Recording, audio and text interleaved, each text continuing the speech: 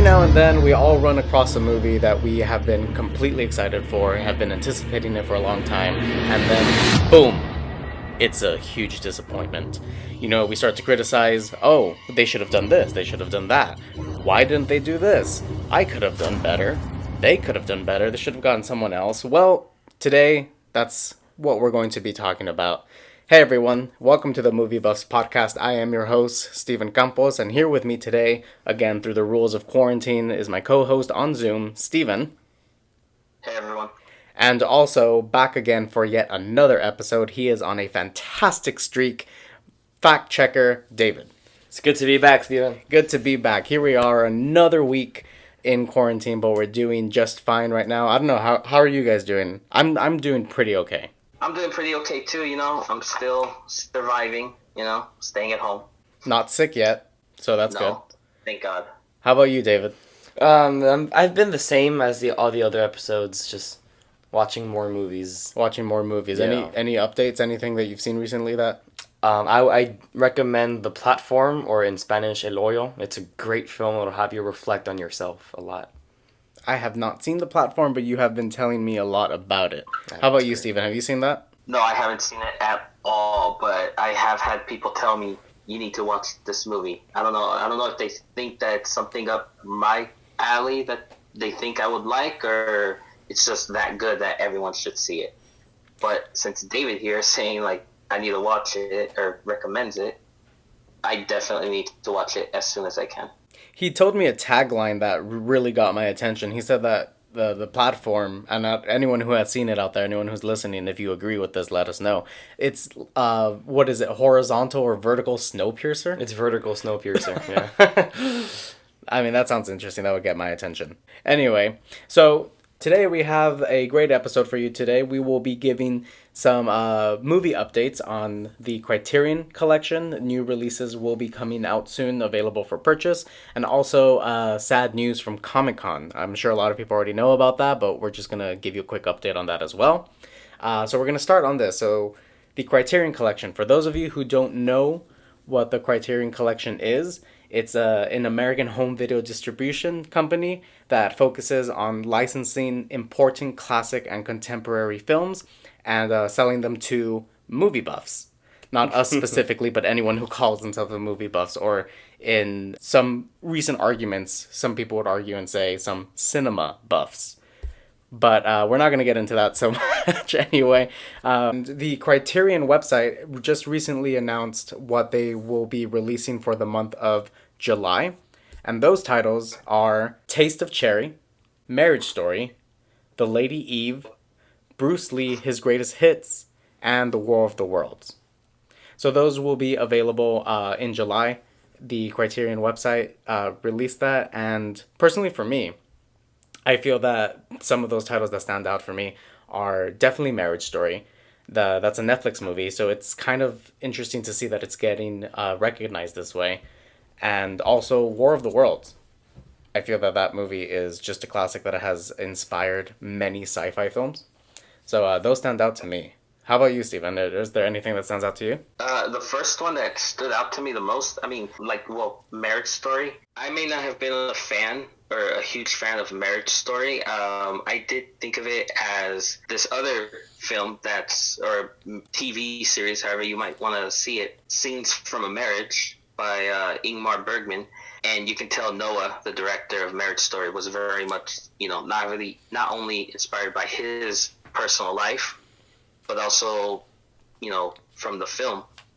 So I can tell, this is probably why they released it, And, of course, I can see why people like it. But that wasn't really – it stuck out to me like, oh, wow, Marriage Story, that got on Criterion. That's pretty cool. Netflix films are being – how can I say? Recognized? Recognized. Yeah, exactly. They're being recognized, and because some people just see them as those are not films, they're just that's TV. I know Steven Spielberg has been saying that Netflix should only be seen as TV, not films. Taste of Cherry did interest me. That one, I remember checking it out way before. It's a Blu-ray upgrade. I know that's what they were doing. Basically about a man who wants to kill himself throughout the whole film. The one that really caught my attention was the Bruce Lee one. Just that entire pack of like his films. I was like, wow, that's just gonna be amazing to own. I can't wait to see how like the packaging of that is going to be. And they're all going to be on Blu-ray too. Yeah, that's a good thing too. You know. What about you, David? Anything that might interest you? Well, I am a movie buff in the making because I've not seen a lot of films, I will say that. But I did recognize Marriage Story, and I absolutely love Marriage Story. If you follow me on Letterboxd, at the Daily Bugle, you've probably seen how highly I talk about it there. So, yeah, and also, like you said, it's strange to see like a Netflix type film on Criterion. Yeah. It. Do want to say it wasn't the first one. I know Roma got in there too, but I knew that like Roma was being seen as like more than a Netflix film. But I think Marriage Story kind of solidifies, and also with The Irishman, it kind of solidifies that like Netflix films are films. They can be considered cinema, Mm-hmm. you know, and not just TV. No, and I definitely agree because, for example, Roma and Marriage Story, Beast of No Nation, I think all of those films, they're Netflix, but they have that quality that, they shouldn't just be seen as just TV films. Exactly. So I agree there. that's wonderful that Netflix is starting to be recognized because I do know that a lot of talent, a lot of effort goes into a lot of these films. So good job, Netflix. Anyway, moving on. Now our fact checker, David, has something he wants to say that Comic-Con just released or just announced. Yeah, I want to say a day or two, Comic Con officially said that it is not going to have a Comic Con convention due to the obvious reasons of coronavirus. And because of that, one thing that Comic-Con is having for their members, anyone who bought a badge, they can either get a full refund or they can just replace that badge for a 2021 badge. Hopefully, things will be okay by then. And so, if you're bummed out that you didn't get to go this year, you can just replace your 2020 badge for a 2021 badge and you'll be good to go. More updates will be coming soon.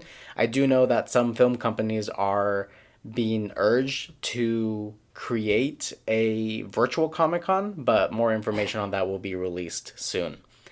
So, with that said, we will now be moving on to what our main topic is. And here on the Movie Buffs podcast, we are starting. This is the first episode of what will be many, where one of the members of the Movie Buffs team will take a movie that they either absolutely hated, were disappointed by, and we're taking that movie and doing a deep dive and seeing what we would do to make it one of the best movies we've seen or to elevate its status from the low status that we are giving it.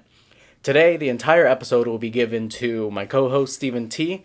And Stephen, do you want to let the audience know what movie we will be analyzing? Yes. And might I add, this is, of course, an opinion. I'm not saying that, this isn't that you shouldn't like it and you need to agree with me. It very much is just an opinion. But the film that I was very, very disappointed with was It Chapter 2. And the entire time, even after we watched the movie and we saw and we talked about it, I still was trying to say, like, I think it could have been like this and everything. While my co-host Steven here called it a masterpiece. Yes, that is true. Of course, we didn't see, eye to eye on many things. And I hope that this episode will allow me to say this is why I didn't really like it that much and this is why I would have done differently with it. I will say before we continue with this topic, quick warning, there will be spoilers for It, the miniseries, It Chapter 1 and It Chapter 2. Also, if you are by any means a person who does not like to hear criticism on a movie that you very thoroughly enjoyed, this may not be the episode for you. Any listener here, as well as the rest of us movie buffs team members, myself and David, will be listening to Stephen T's reviews with an open mind, and we will just accept that criticism. So again, if you get uncomfortable, get upset by someone criticizing a movie that is very near and dear to you, this is not the episode for you.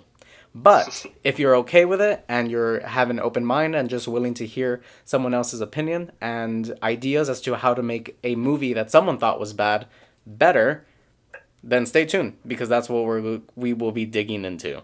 So with that said, I will now hand the reins over to Steven and he will get started. Thank you. Okay, so first off, I do want to let people know about my history when it comes to the story of It.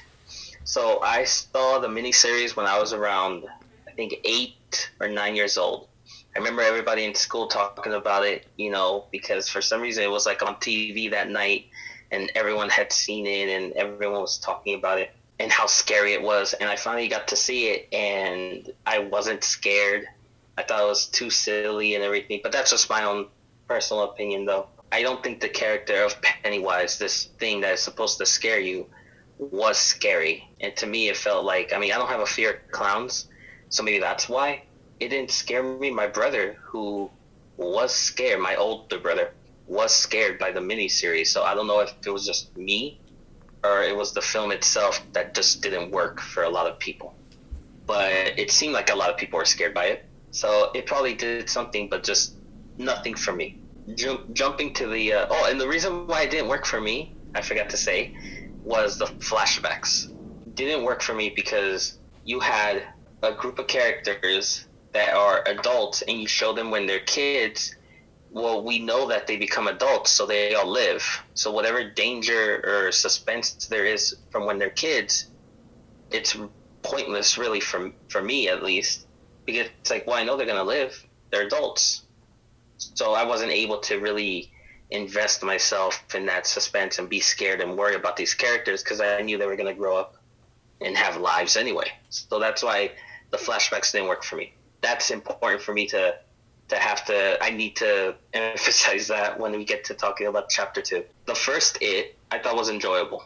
It was entertaining. It was a fun film. I did like Pennywise in this one. I think Bill Skarsgård did a really good job. It wasn't too long after when I read some of the drafts that Cary Fukunaga, the original director, had written with his writing partner, Chase Palmer. And seeing the interviews and reading about them and him saying this is why it didn't work out with the studios was because he wanted to make somewhat of an unconventional horror film, make it different, create characters, not archetypes. While the studio, New Line Cinema, they just wanted just a PG-13 horror film just to make money that weekend. Nothing for people to remember, just we need something there. When he was writing it, it was his idea to break the story in two. So the first film was going to be when they're kids, second one was going to be as adults. Now, in the first one, because it focuses on them as kids, I thought that would work well because it gives us enough time to relate to these characters as kids, and we wouldn't have to worry about like what's going to happen in the future. And I thought it worked because even as I saw the film, there were times when I was like thinking like, I don't think this character is going to make it, and they probably took him out of the second one, so that's why I think it worked when you do that. But when you add flashbacks, I don't think it works. It was also his decision to make it from the 1950s to the 1980s and move that to be 1980s when they're kids and 2000 when they're adults. He said that Pennywise was meant to stand for child anxiety, the growing up of it, and not just be a monster in the closet. It was meant to be inciting fears in children. He's also the one. Do you remember the colonial scene I told you about? Yes. Steven? Yeah, the one like 1700s and there's a baby involved. Yes. Yeah, that sounds crazy saying it out loud. Like there's a baby involved. Yeah, right. But that's something that he wrote in one of the drafts. So Cary Fukunaga wrote many drafts. 2 of them were leaked online, but the other ones weren't. So we don't know exactly how the final film was going to be like. For anyone who has just been intrigued by us saying there was a baby involved, Steven, do you want to give the quick synopsis of that scene, or shall I? Oh, I'll say it. Okay, go ahead. So the story is, Cary wanted to show how Pennywise affects the adults. because why are the adults not doing anything about the kids going missing? And this little quick little tale was meant to show why. So Pennywise was going to eat this baby that belonged to this woman. And Pennywise, the way he looks, description was meant to be like almost incomplete. You know, like he tried to look human, but he couldn't. And he looks monstrous as well. So the mother tells Pennywise, please don't eat my babies, please. Spare them. And then take me instead. Then Pennywise tells her, oh, I will. I'll take you, your kids, your husband, and everyone else. Or you leave me your baby, and I won't hurt you or any of the other adults here. And you just let me do my thing. I'm paraphrasing at this point. He didn't exactly say that. So then the mom takes the baby, hands it to Pennywise, and then turns around. And then Pennywise starts devouring this baby. You hear the cries and everything. You hear the noises and everything too. And the mom, all she does is listen. So it's meant to be a very tough scene. Apparently they did film it. That's the rumor. Is that true? Fact checker. You can keep talking while How our do you fact check that? Pennywise eating baby? Pennywise eating baby, was that filmed? Well, I think it was Andy Muschietti. I don't know how you pronounce it. Muschietti. Muschietti. I've heard Muschietti. That's what I heard too. I'm just going to say Andy. So Andy apparently was in an interview, and they asked him whether or not that was going to be in there, and he said like there is supposed to be a director's cut where they did film it, but the actress is credited as in the role of it. But then when they tested it to audiences, they were very uncomfortable with the scene. They didn't like it at all, so they had to cut it. Well, that may still actually come out, because I did hear that Andy Muschietti is working on a 6-hour version of it, which will combine It Chapter 1 and It Chapter 2, as well as new additional scenes that will be filmed later, I guess when coronavirus is lifted. Oh, that would be cool to watch. It might make even the movie better, the second one, in my opinion. Well, let's continue with your It history while David continues to fact check this. Okay, so now, after Carrie wasn't there anymore and learning about this stuff, it made me go, well, why didn't they keep him? That sounded like something that they should have had. You know? Reading 2 of those scripts that were leaked, I could tell that the first It, the 2017 one, did have, his presence. His presence is very much there in some scenes. In other scenes, you can tell that Gary Dalberman, who was brought in to revise the scripts, it did tone down a lot of the things that he wanted to do in the first one. You can tell. David, have you found anything? Yes, I did find it was filmed, just not with Bill Skarsgård. Oh, wow. Oh, does it say with who? It does not say with who.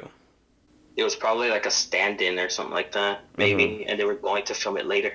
Yeah, probably. But yeah, apparently that colonial scene, that would have been like amazing to have watched, because I think it would have added a lot more to the story, the backstory, the lore of Pennywise.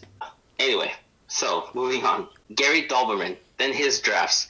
His drafts are always meant to be a mix, or rather, for lack of a better term, true adaptation of It. So Gary was always a huge fan of the miniseries. He always wrote references to the miniseries, and almost to the point where his draft was meant to be more like a soft reboot of it. Not really meant to be its own thing, but more following in the footsteps of the miniseries, which is why his drafts were meant to be like 4 hours long, because he didn't want to do it exactly like the novel, where you have the flashbacks and everything. Now, that being said, for those who don't know, the first It, the writing credits are Chase Palmer and Cary Fukunaga. They worked on it first. Then Gary Dalberman is credited as well, but he did it separately. For It Chapter 2, the only writing credit is Gary Dalberman. And I think it's important to say this because that kind of makes sense as to why It Chapter 2 is the way it is. Considering that he very much is a fan of the miniseries, and Fukunaga didn't want to do the flashbacks. He wanted to do them separately. Whereas the first one, it deals with the kids. The second one deals with them as adults. Never flashbacks, no nothing. Doberman, though, wanted to do the flashbacks, which is why they're there in It Chapter 2. And that's one of the reasons why I was not a fan of It Chapter 2. It had multiple flaws. It was repetitive of what they did in the first one. A lot of things they did in the first one, they talked about it again in the second one, and there was no need to. You know? It felt aimless, I would say. It felt like it lacked anywhere to really go in the second one. You know? It infused flashbacks, and I think it did like poor imitations of jokes from the first film.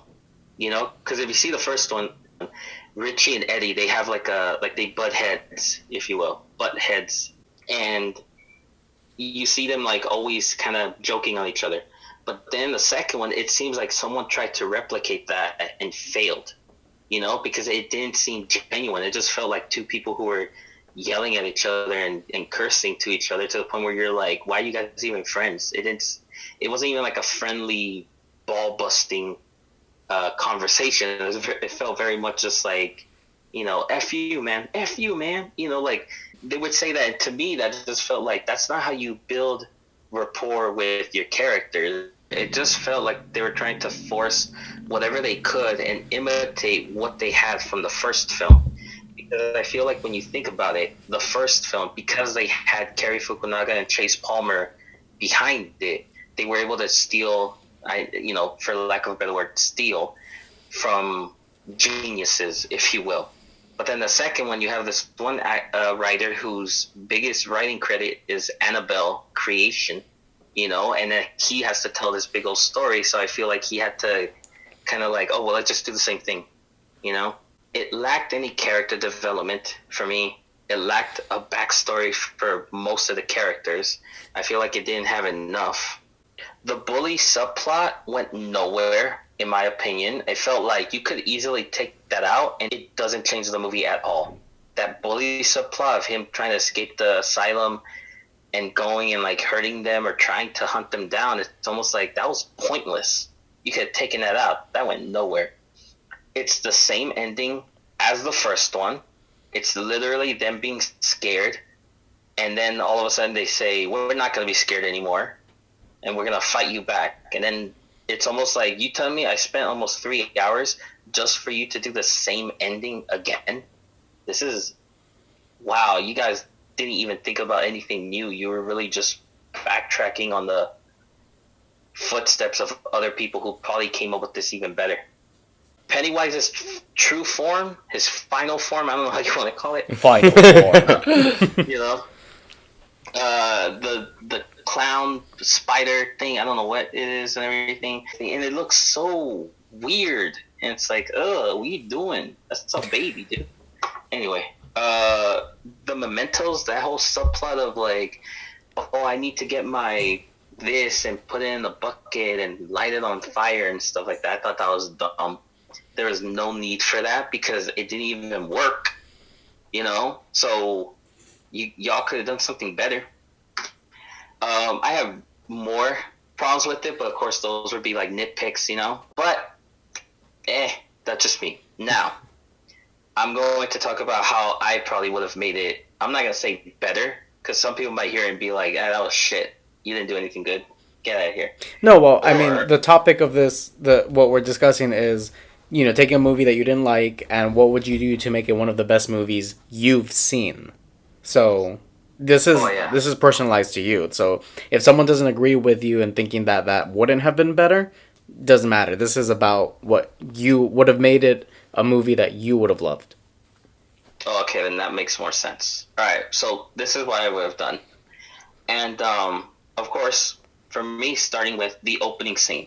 Now, I thought the opening scene for It Chapter 2, the gay couple that gets attacked and basically, well, they don't get killed. You know, Pennywise kills one of them.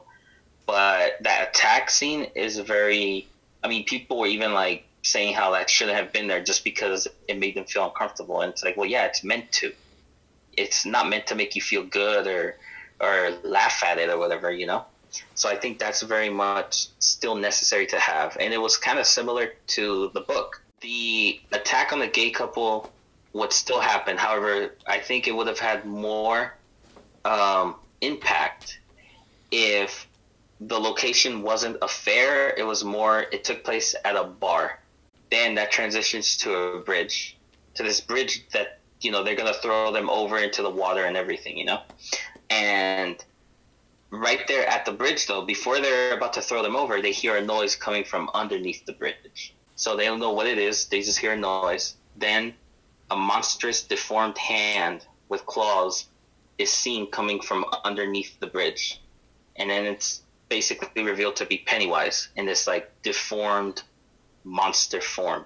So he looks half like Pennywise, but at the same time like this creature. And it's not really his true form. It's just him, the way he looks. Almost like he's trying to look like Pennywise, but he needs to keep feeding in order to look like Pennywise or something, Mm-hmm. Which is why, and then that gives you the idea of Pennywise is somewhat controlling these people into doing things with them and thinking that they're doing it on their own, but it's really them bringing him victims to feed on, and that's basically what happens. The attackers, they flee in their car and they leave. So the only people that are left are the gay victims that got hit, that got attacked, basically, beaten. So then Pennywise takes one of them and kind of drags him underneath the bridge. At that point, one of the other boyfriends, the one who's still alive, he kind of wakes up and he sees it happening. And he sees this grotesque monster basically take his boyfriend and all of a sudden just drag him underneath the bridge. He yells his name. He tries to go after him, and he looks over the bridge to see where he's at, but he sees nothing. So he doesn't even know what happened, So when he tries to call it in to the cops and everything, they don't believe him that it really happened, and everyone else is saying, no, they never came into the bar and everything. Make him appear like he's crazy. Mm-hmm. And of course, you can make the argument that the adults there do know what's going on. They're just trying to not make a big deal out of it. They knew that it was Pennywise doing all that stuff. So that's the opening scene. That's how I would do it. But of course, that would be similar to what they did in the second one. But I think I feel like they could have added more. Doing this, I think would have added more backstory to know there's more to Pennywise than just dressing up as a clown. No, yeah, I agree with that. I do like what you said, that he would control other people to do his bidding, because you kind of get a sense of that in the first movie. And I'm referring to the scene where it's Ben and Henry is beating him up and going to carve his name on his stomach. And the car passes by with the two adults, and they just stare at him. And then you see the balloon, when it passes, you just see the red balloon float up from the back window. Yeah, so what you said right now, adding to the scene where one of the boyfriends dies and it's Pennywise having other people do his work, that would just tie all those loose ends really nicely. Mm-hmm. Well, that's what I was thinking. That's why I think it would have worked. At the same time, it is kind of scary to see that happening. Here's another thing. So the first film, in my opinion, it dealt with kind of fear and anxiety in children.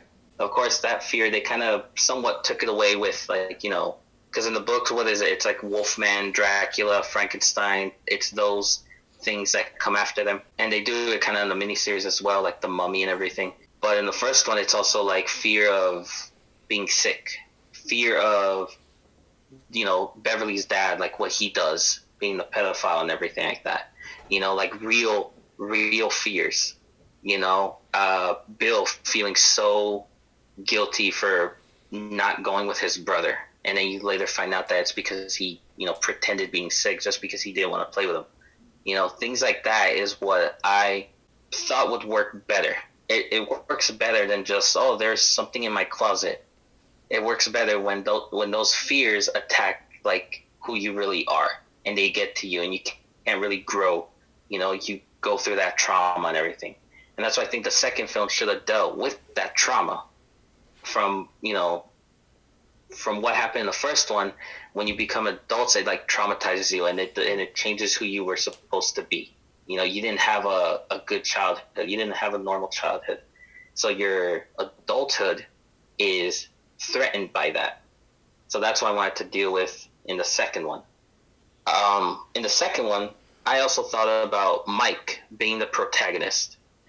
For anyone who doesn't know or can't remember the names, if there's too many, Mike is the black character in the film, and I feel like he should have been the protagonist of the entire story, and we should have been following him more than any of the other characters, because I feel like since he's the one who stays in Derry, it's because he becomes obsessed with finding out about Pennywise, how to defeat him, where did he come from. He becomes obsessed, and you kind of get that in the second one.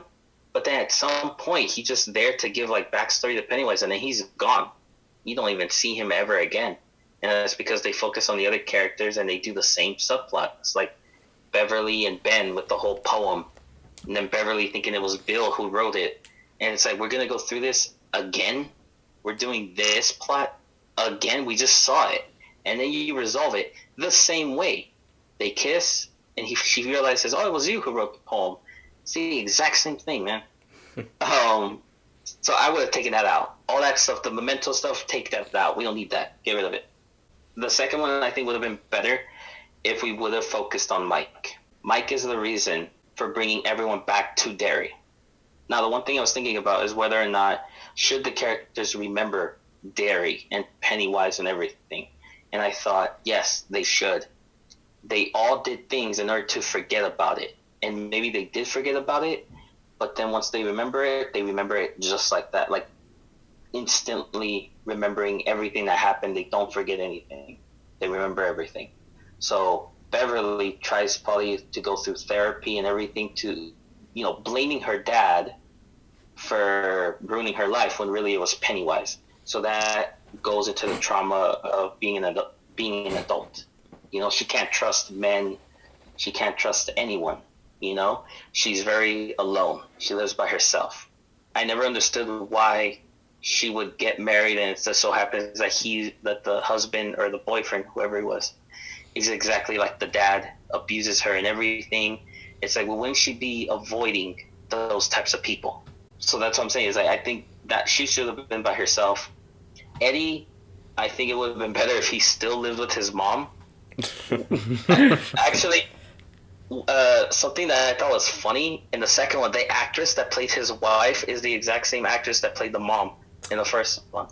I thought that was very funny. I thought that was clever. Yeah, they just changed her hair, right? Yeah, and she didn't have like the makeup or anything like that, or like the fat suit, But it was played by the same actress. That was funny. If Eddie would have ended up with his mom, though, Eddie would also live in Derry. That's what I was thinking, but maybe like the mom or something. Maybe him and Eddie move out or something. Oh, okay. Like, I was just thinking, like, something where he wouldn't want to leave, or he would want to leave that place, but not leave his mom, because his mom is his comfort zone, if you will. Mm-hmm. No matter what, she's always there to provide for him, to take care of him and everything. So that's what he wants.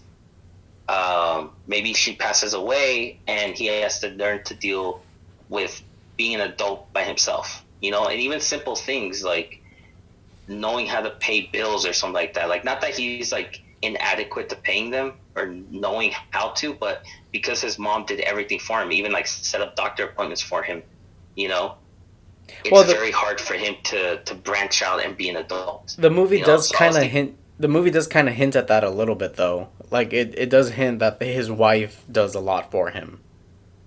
No, but it seems more like he grew up. He became, I'm guessing, like a stockbroker. Was he a stockbroker? He dressed like. Yeah, I think. Yeah. Yeah, so I think if Eddie was a stockbroker, it kind of shows that he was able to, strap on the boots and do what he needs to do. There was nothing affected him from the first one. He became a law-abiding citizen. He's able to handle life day to day, successful. And the whole like Freudian thing of marrying your mother, marrying your father, or something like that, I thought that would have been like very clever to do. But at the same time, I was thinking like, well, would he even want to be married? He would want to be with someone who takes care of him. And if that were true, then he wouldn't have been doing pretty much anything. The wife would be doing everything for him, but that wasn't the case, in my opinion, from what I saw in the second one. That's why I think like I don't think that it was really there in the second one. I haven't been able to come up with every single like character backstory or anything, but I did think about the one character I did think about a lot was Mike. I think there's a lot to do with that character, just given where he is and what you can do with that character. There's one scene like after they bring back everyone, none of the characters except for Bill want to do anything with Pennywise. They want to do exactly what the parents or the adults of Derry are doing. Just turn their back to what he's doing and just leave and be like, well, I don't have to worry about it, you know? But Bill, because he is the one who suffered more, he lost his brother, he feels somewhat obligated to help Mike. So that's why Mike and Bill become like close friends, partners, because Bill is the only one that really truly believes Mike in that Pennywise is back and he's doing this and everything, even though Mike seems and appears like crazy, but we know he's not. So then I was even thinking like this one scene that I just thought like this would have been perfect to have, because it would have shown like this, like that sad, we never got to have that childhood friendship we all wanted because we had this entity, this Pennywise, mess with us and everything. And I just thought it would have been like brilliant to have. And it's just in my head that I had it. Mike and Bill, they're like, well, Bill is over at Mike's place and it's like dirty. It's all, you know, it's like a hoarder's place. Just a bunch of newspaper on the wall, you know, clothes everywhere, just food everywhere, you know, dark, almost no lighting. And then Bill kind of asked Mike, oh, so what have you been up to since we all like moved away and everything? Like, how did you grow up, basically? And Mike starts telling him the story of himself, saying, well, you know, ever since what happened, I became obsessed of finding out about all this stuff, you know? Mm-hmm. Then eventually Mike met a girl, you know, when he became older and everything, and he was actually married. However, his obsession, and that kind of calmed him down. Like, he worried more about his marriage than anything else. However, every now and then there would be like a crime or someone would go missing, and it wasn't because of Pennywise. It would be like, you know, other people around. But he thought like it's still Pennywise. Even though we killed him and he only comes back every 27 years, he's still there. Like his presence in spirit, he's there, and it still affects people or something. And then they do all this stuff. So he becomes obsessed with finding out the truth and everything, and he became unattentive, to the point where his wife eventually divorced him and then left him. Mm-hmm. And that made him fall into like drugs and everything, you know? And he swears he's clean, but he's obviously not, because there are times throughout the film where we see him like take heroin, you know? And it's the only way for him, he says, to be able to deal with all the pain. So that fear, that anxiety that he got as a child, the only way for him to suppress it and to suppress any trauma that he got is to use drugs, which is what some people do in real life. They use drugs in order to avoid the problems of their life. Alcoholics do the same thing. And like I said, I wanted this to be more like real life horror than, you know, something in the closet type of horror. And that's why I thought it would be better to have that moment, to have that backstory for Mike. And it changes how you think of him, and you think like, wow, this isn't like just a monster scared me when I was little. This is more like it affected my way of living and even, you know, talking to other people. And not just affected them like, you know, oh, Bill became a writer and nobody listens to him, his ending, because of course that's meant to be like a little reference to Stephen King. You know, people don't like the ending or whatever, right? But instead of that, show how like maybe he has his own kids, but he's always with them. He's overprotective. You know, he doesn't really allow them to go out or something, you know? Things like that, like things that happen to them when they were young, when they get older, it affected them and it shaped them to be either overprotective or drug addicted, you know, or lonely, not capable of taking care of themselves.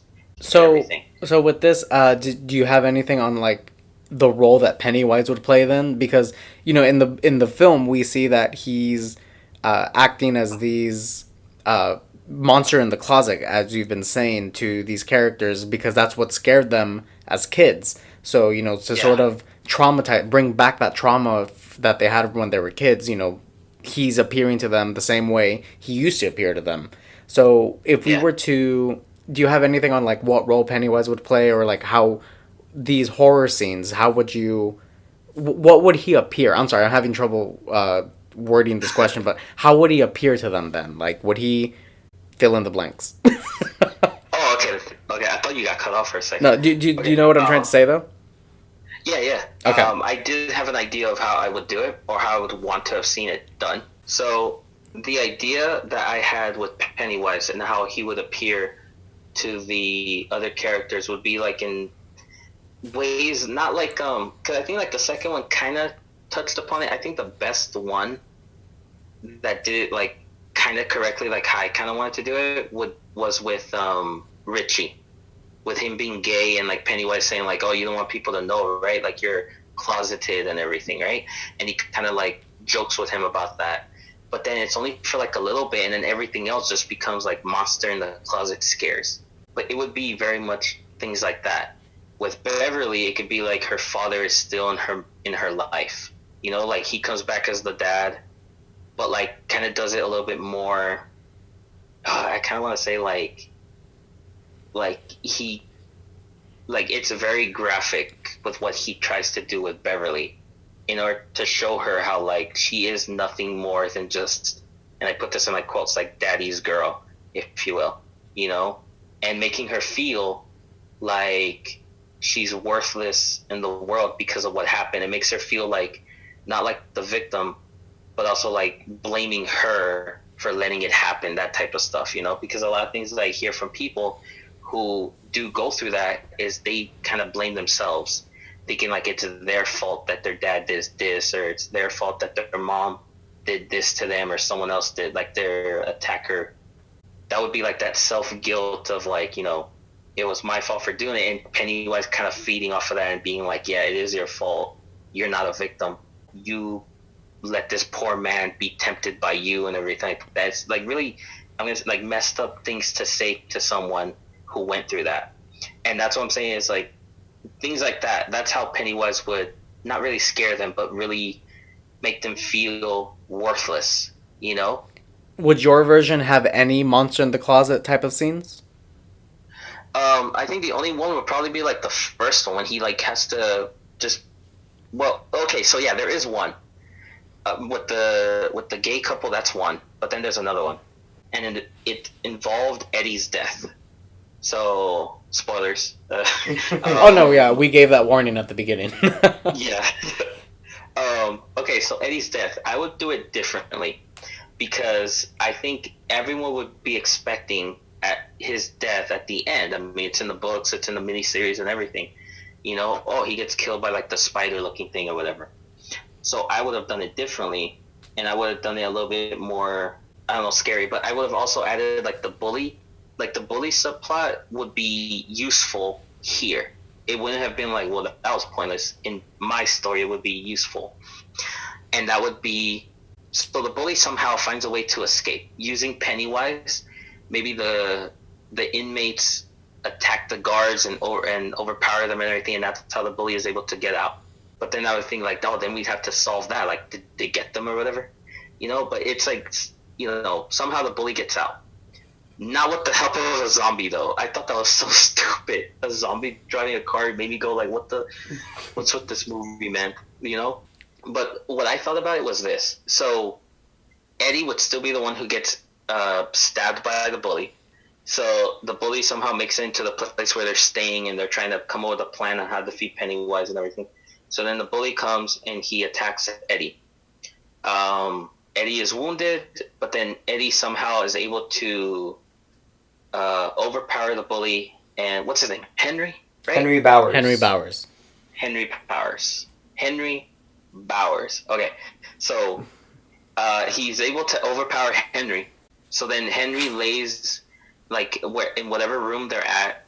Eddie, they call the cops come and everything, and they take, what's his name? Henry. Henry is wounded, but like he's mortally wounded. Henry stabs Eddie.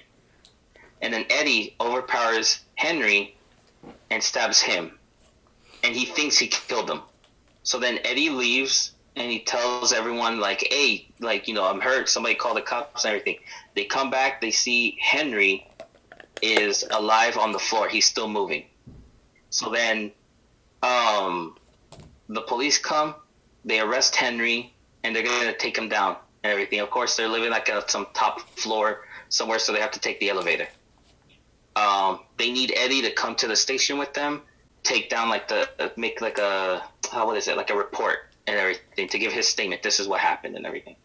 So then they both have to leave through the elevator. Eddie, Henry, and two other cops who have Henry arrested. Of course, why would they put the victim and the attacker in the same room? Well, this is because Pennywise is controlling the cops, if you will. So they have them in there. How did they control them? Well, because it turns out that Henry is actually Pennywise in disguise. At some point, Mike goes to the room because they're going to go follow Eddie down to the station and help him out and be with him. When he goes back, he notices something underneath a bed. So he goes underneath the bed and he finds Henry's dead body there. And he realizes that Henry that they just took down was not Henry. Henry was just killed. As they're running down to catch up to the elevator and everything, inside the elevator, Henry, like the lights start flickering and everything like that, and Henry slowly starts turning into Pennywise, but he becomes back into this like monster form. His teeth are like all sharp, they're sticking out and everything. His claws start coming out of his hands. The police are like freaking out. They try to shoot him, but immediately Pennywise like rips the throat out of one cop and then goes to the other cop, gets his head and slams it against like the elevator walls over and over again until there's nothing. And then Eddie's there, he's just screaming, he's like crying and everything, and then Pennywise just lifts him up and starts throwing him against the walls of the elevator to like get him more scared, if you will, and weaken him. Then throws him on the floor, cuts open with his claws his like stomach and starts eating him right then and there. Eddie is still alive and he's seeing this, and that's getting him more scared that he can't do anything about it. And Pennywise, the whole time, he's almost like an animal. He's breathing very heavily and fast, and he's just like he can't wait. He's been waiting for this moment forever to eat him. And now that he's doing it so fast. I don't know if you've ever seen like those, almost like a lion after they took down a gazelle, they just start going at him and everything. Yeah. Basically, this is what it is. And Eddie is still alive at this point. When the group gets to the bottom floor, the first floor, if you will, where the elevator is supposed to be, the elevator doors are not opening. So then Mike and everyone, they open the doors and they see nothing but blood all over, but they see Pennywise there. They step back in horror because of what they see, and Eddie is still there. He's still alive. He reaches out his hand and tells to the group, "Help me," to the best he can. Pennywise smiles at the group, grabs Eddie, and just jumps off. Like he jumps through the roof of the elevator and just basically disappears with Eddie in his hand. And that would be like the monster in the closet moment, if you will. It's gory and everything, and that's basically how Eddie dies. And I know it's not exactly like the story and everything you hear, but the fact that he dies, it's somewhat still accurate to the story, because Eddie dies. Doesn't really matter how, he dies. So that would be. Yeah, so that goes into one thing that I do feel the movie needed a little bit more, and that's a little bit more gore. Considering that that's how it was advertised, with the first one. They were like, oh, you didn't think that one was that scary? It's because, we were dealing with kids. Now we have the second one, so, we're going to go all out. They did not go all out. I still personally enjoyed it. Like you said earlier, I did. Yes, that is a true. David can fact check this. I did say it was a masterpiece, and I do still really love the movie. But yeah, I do wish there could have been a little bit more gory scenes. So something like what you just said right now, would have been great, because like they did say, they're adults now, so we can go over the top with these scenes, with these horror scenes and stuff like that. Yeah, exactly. And then what did we get? We got an old naked lady doing the Dougie. Which, dude, wouldn't that scare you though? No, I would be like, what the fuck? Want coffee? You want coffee? What's your name? You free tonight? No, I'm kidding. Yeah. not only that, but also did, to me, it kind of did like cheap scares that it's like, why did you even do that? That'd be no point. Like when he scares, even though I said this was a good part and I liked it, Richie, but he's kind of teasing him with the whole being gay and in the closet. But after Richie leaves, Pennywise just kind of yells at him saying like, oh, come back and play with the clown. And then his face starts kind of like shifting, or melting.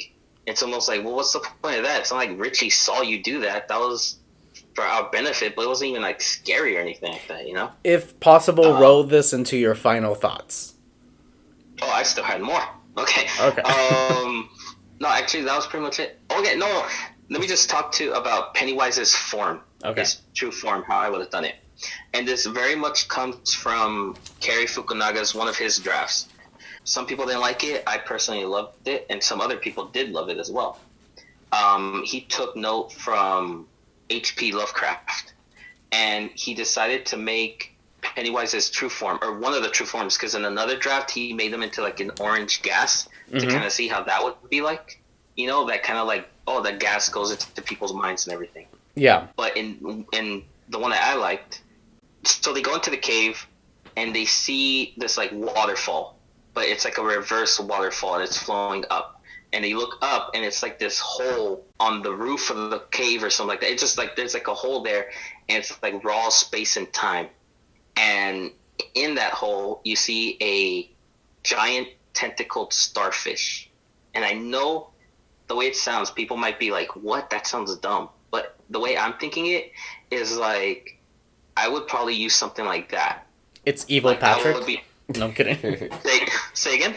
Evil Patrick, you know the meme? Oh, yeah. No, it wouldn't be that.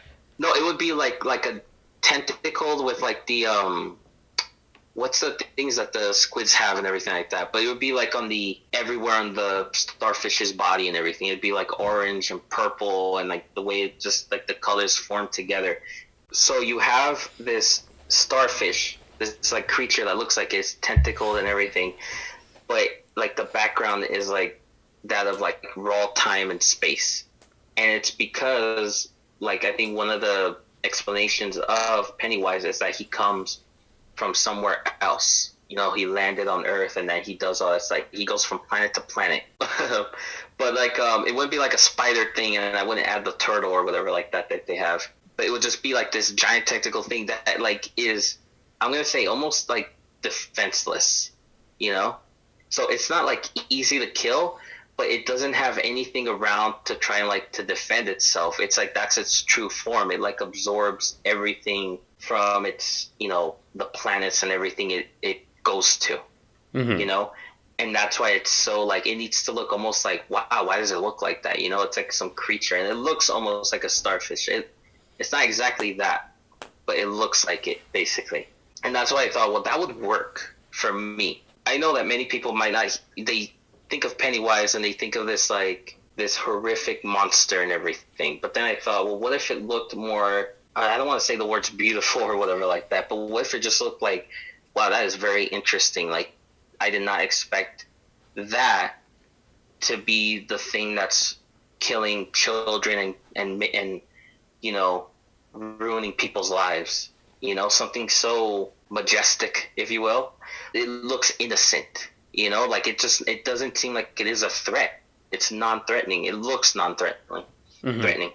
And that's why I just figured, like, I really like the way that Cary Fukunaga described it, and I felt like they should have probably kept that form as the true form of Pennywise. Something like that I think would have been way better than what we got. Because I think what we got was kind of just like, you know, well, for one, a CGI monster, but also just like, okay, he's just a very tall grasshopper spider thing or whatever, you know?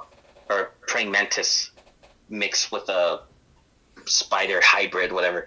But to me, that kind of didn't work, you know? Like, again, but then again, I'm not trying to do like monster in the closets moments. I'm not really trying to look for that type of stuff. I want to see the fears, the trauma. They're meant to represent something for these characters. At least that's how I thought of it. No, yeah, I totally get what you mean. Sort of like, when it was okay when they were kids because the kids had, they are scared of the monster under the bed and the monster in the closet. But now, we're dealing with adults. And while they would get scared of the monster in the closet because, first of all, it'd be like, what the fuck, right? But, Yeah. adults have deeper fears. So Pennywise should have, what you're saying is that Pennywise should have altered his scare methods to fit his new audience, if you will. Yeah, I do agree with that, and I think also with the fact that you have like the adults throughout the whole movie keep repeating to themselves, "It's not real, it's not real," and then they fall into that trap. It's almost like, well, now at this point, I don't even feel sorry for you if you do get killed because you tell yourself it's not real, and then you will allow yourself to believe it's real. Mm-hmm. At this point, it should be more like if it's something more realistic, it's very hard to say that it's not real because it does start hitting you differently. Hits different. I don't know if many people would think that, you know, but seeing seeing how much money it made and everything, and how many people were saying like the critics don't know and it should be higher. It's one of the best movies out there, you know.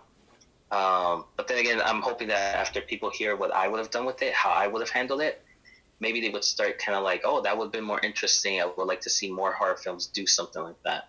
Yeah, definitely. Because, I mean, there are, like you said, the horrors that we see in movies are very different from the horrors we experience in real life.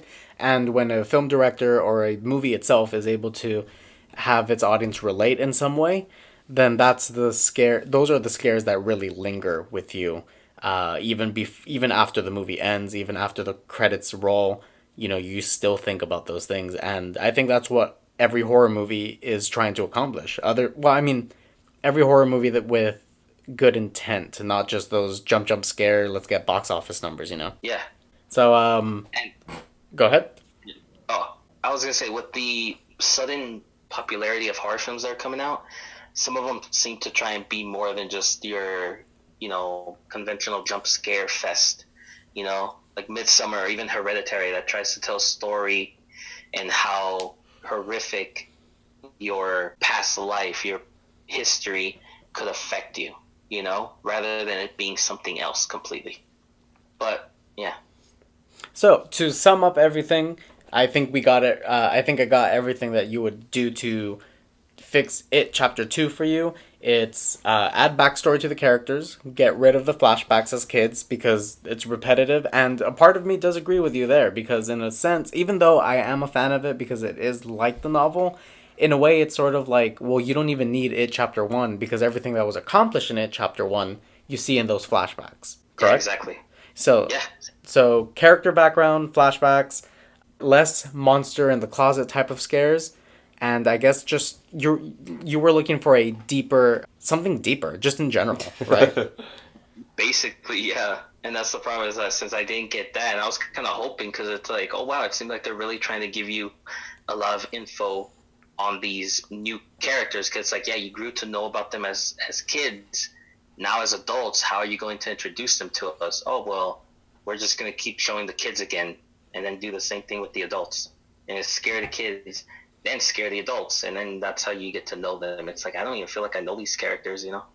I do feel that the adult cast did need more time together.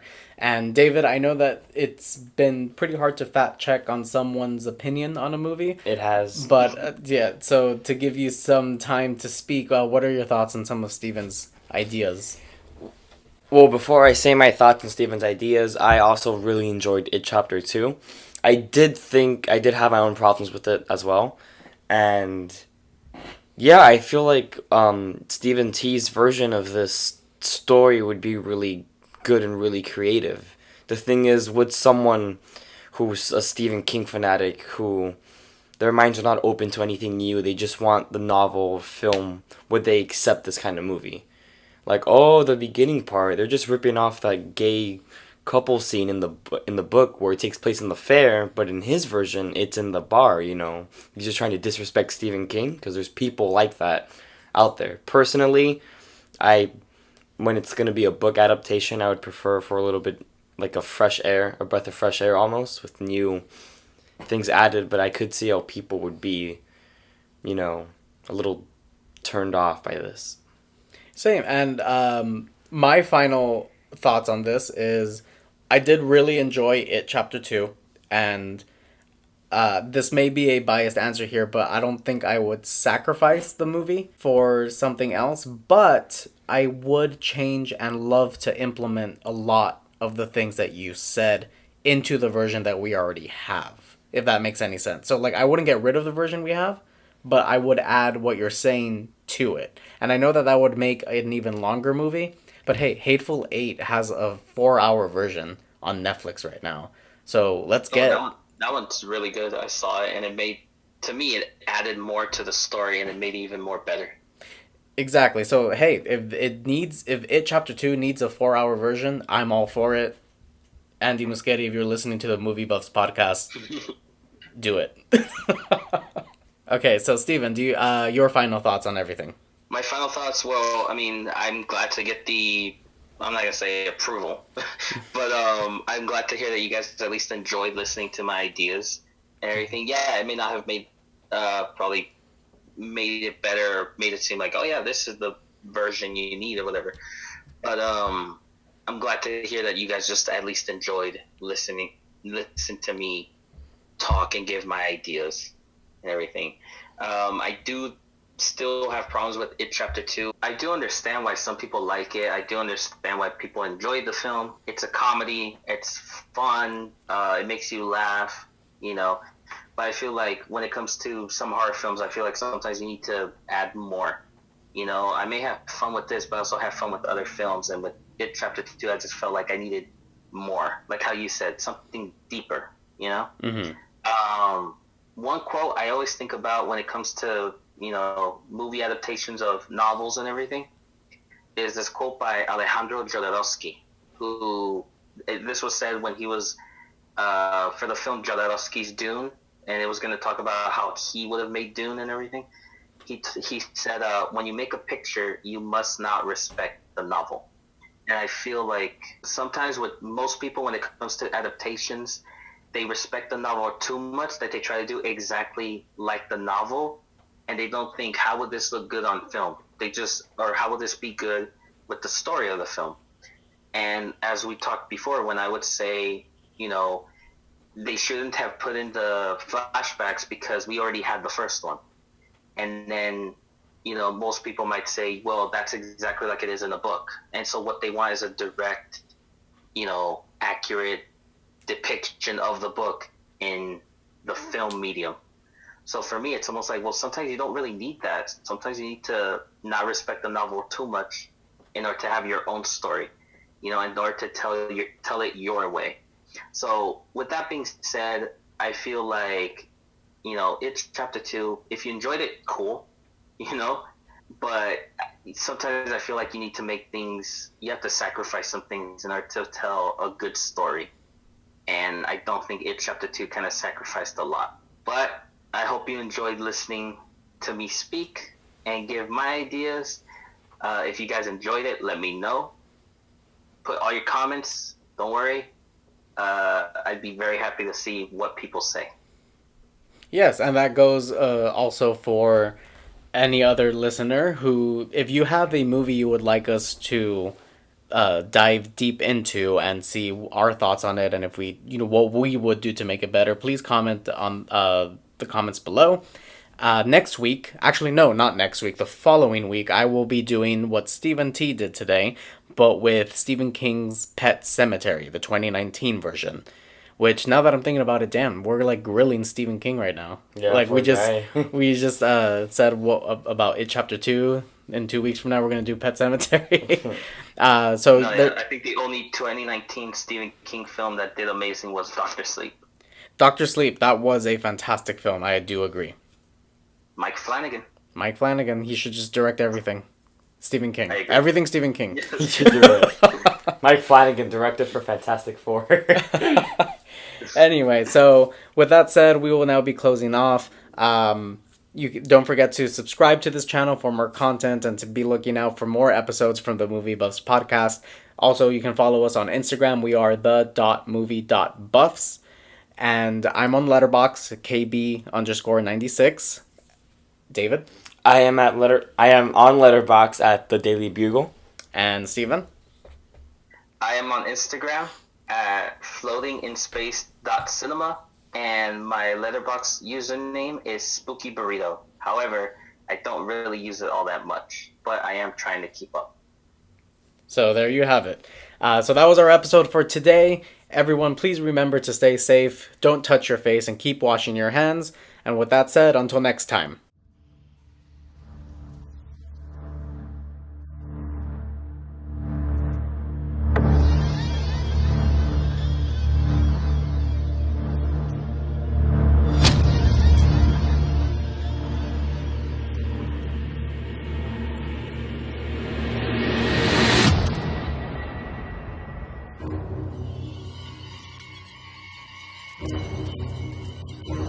Excuse me, sir. Do you have Prince Albert in a can? You do? Well, you better let the poor guy out.